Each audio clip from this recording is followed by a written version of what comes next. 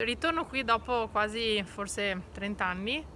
Venivo qui da bambina quando uscivamo il sabato e la domenica con i miei genitori in barca e ci si fermava qui all'imbarcadero. Non era così, era un imbarcadero molto, molto spoglio, molto scarno e quello che si parava davanti era un ambiente quasi selvaggio dove si intravedevano cose dietro. Ma mi è rimasto in testa perché c'erano delle persone che stavano lavorando e che stavano lavorando per recuperarlo questo posto.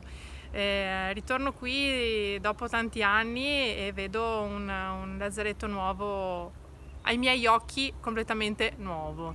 Talmente nuovo che ho deciso di inserire all'interno del nostro tour culturale delle Acli anche la visita al Lazzaretto Nuovo, perché ritengo che non solo sia attuale dal punto di vista pandemico, ma perché sia un'isola che ha bisogno di essere scoperta dai nostri veneziani. Noi siamo le Acli di Venezia e ci sono tanti veneziani che quest'isola non la conoscono.